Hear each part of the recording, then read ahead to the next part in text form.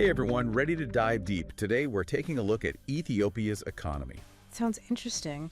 It is. It's fascinating stuff. We've got a whole bunch of sources, court cases, industry reports, even some interviews. And let me tell you, there are some seriously surprising trends going on. I bet. Where should we start?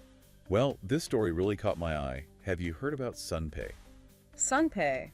Rings a bell. Refresh my memory. They were this fintech startup. Everyone thought they were going to be huge, revolutionize digital payments in Ethiopia. Oh, yeah, right. Sunpay. I remember now. They got that license from the national bank, had investors lining up. Exactly. Seemed like they were set to completely change how people buy and sell things. But then, boom, it all went bust. It's crazy, right? What happened? Well, from the court documents I've seen, it looks like they messed up big time. Like what?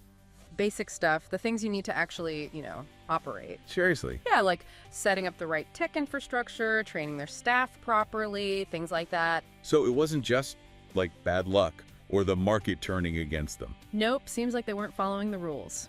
Plain and simple. Wow. So now what? Now, one of their shareholders, a guy named Brock Ficker, he's suing. He is. Yeah, he wants the whole company dissolved. That's intense. It makes you think, how many other startups are out there maybe cutting corners? Yeah, it's a bit of a wake-up call for investors. You really got to do your homework. Absolutely. But it also makes me wonder about the regulators. Are they doing enough? That's the tricky part. You want to encourage innovation, right? But you also need stability. You can't have everyone running wild. Makes sense. Speaking of stability, let's talk about banks, the whole banking sector, actually. Okay, what about it? It's weird. I'm seeing all these new bank branches popping up everywhere. Yeah, me too. It seems like there's a new one on every corner. Exactly. But at the same time, I'm hearing about this credit crunch. It's harder than ever to get a loan. It's almost like the banks are booming, but the money's not flowing. That's a good way to put it. What's going on? Well, there are a few things at play. One big one is the central bank. What are they doing? Trying to keep inflation under control, so they're putting limits on how much banks can lend out. So it's not just the banks being stingy.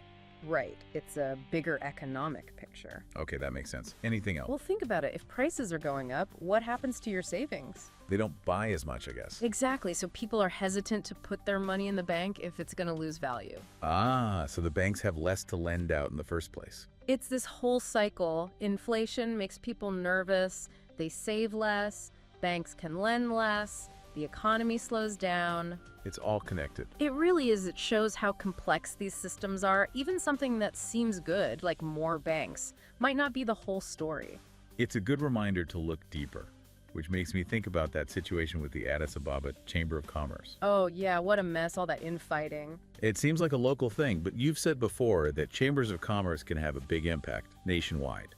Huge impact. They're like the voice of businesses. They talk to the government, push for policies that help the economy grow. Right, I get that. So what's the problem with this one?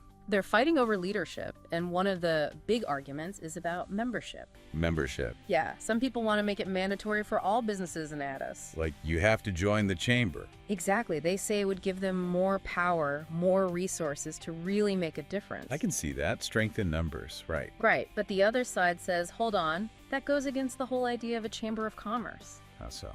They say it should be voluntary. Businesses should choose to join, not be forced. I see their point. What do you think? It's tough. Both sides have valid arguments. It boils down to how you see the role of a chamber of commerce. Good point. It's a reminder that these things aren't always black and white. Not at all. It'll be interesting to see how it all plays out. Could have a real impact on how businesses operate in Ethiopia. For sure.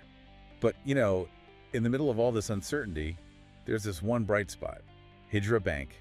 Hijra Bank, oh yeah. They're doing incredibly well. It's amazing. They're defying all the odds, growing like crazy. And in this economic climate, it's pretty impressive. They must be doing something right. What's their secret? Well, they focus on Islamic finance. It's a whole different approach. I've heard of it, but I don't really understand it. Can you explain? Sure. Basically, it's banking that follows Islamic principles. There are certain things they can't do. Like what? The big one is charging interest. It's forbidden. Really? So how do they make money?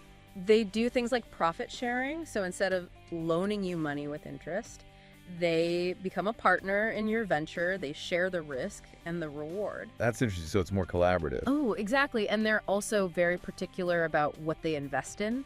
It has to align with their values. Makes sense. So no investing in like casinos or anything like that. Nope, they focus on things that benefit the community, ethical investment. It seems to be working for them. Their numbers are incredible. It is working, and it shows that you can be successful while staying true to your principles. That's a great message. Reminds me that there are always different ways to approach things, even in finance. Absolutely. Hijra Bank is a good example of that. They're not just making money, they're making a difference.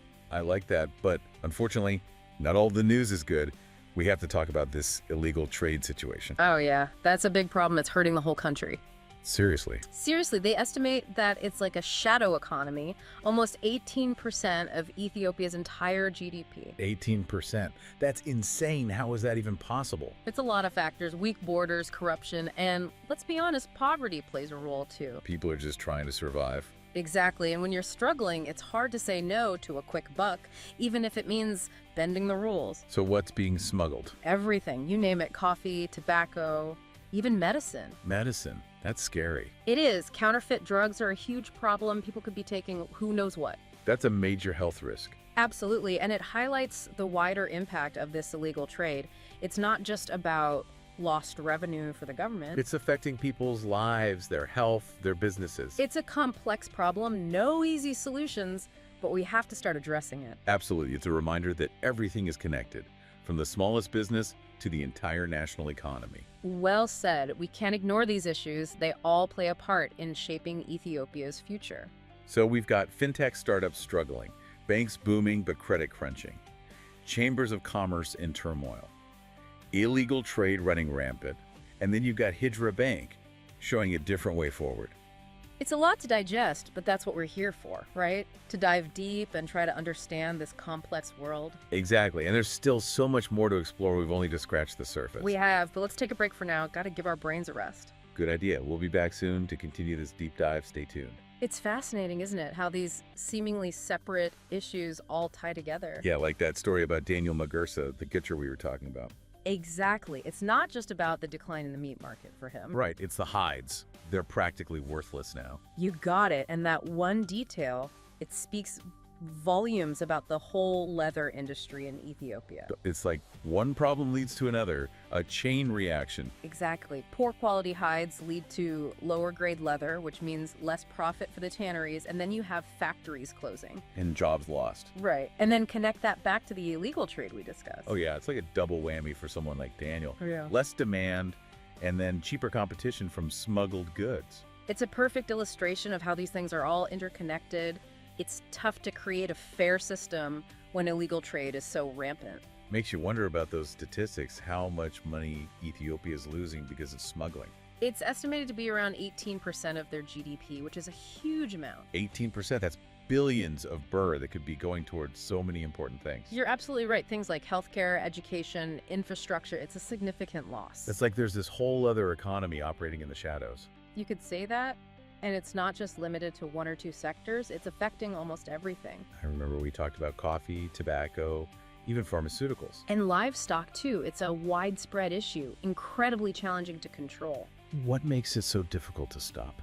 Well, there are weak points at the borders, plus you have corruption, and then the fact that so many people are living in poverty makes it harder. It's hard to blame people for trying to make ends meet. I agree. When you're struggling to survive, the temptation to make a quick buck is strong, even if it means breaking the rules. So it's this cycle.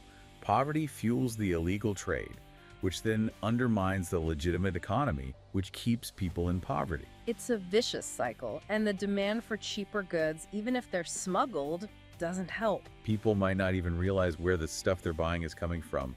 They just want a bargain. And in the long run, it hurts everyone. But in the moment, saving a few burrs can seem like the most important thing. Especially if you're already struggling to afford the basics.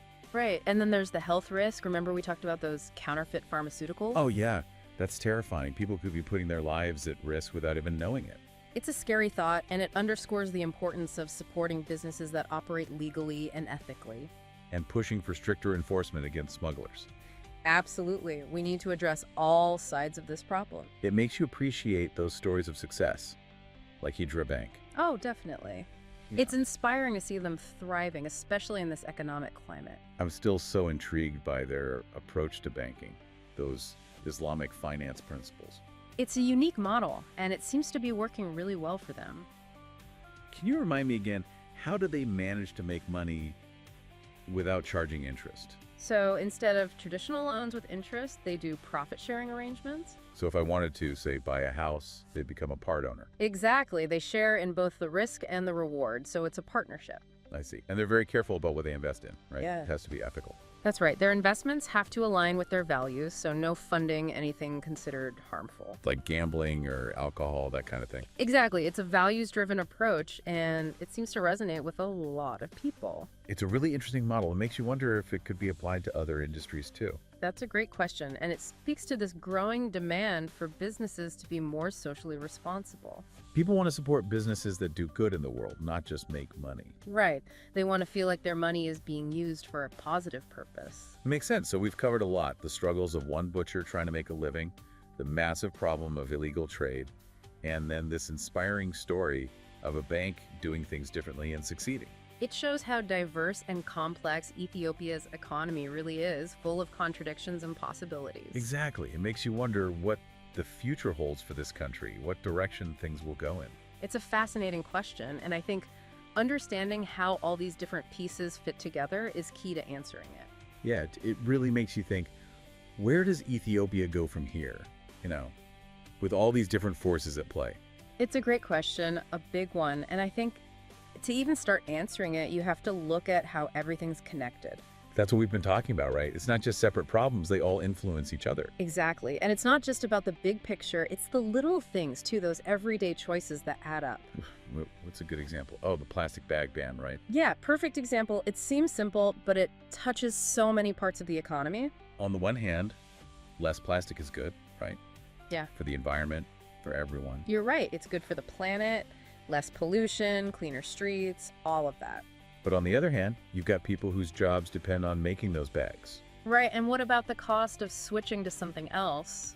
What if those alternatives are even worse for the environment? It's not so simple. There are always trade-offs. It's tough. It's about finding that balance. How do you protect the environment, protect people's livelihoods? It's a challenge, that's for sure. And it makes me think about my own habits.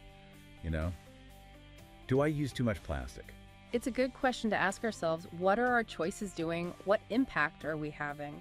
Yeah, if everyone makes an effort, even a small one, it could make a big difference. Absolutely. Consumer demand can change things. If people want sustainable products, businesses will have to adapt. There's that ripple effect again. Small actions adding up to something bigger.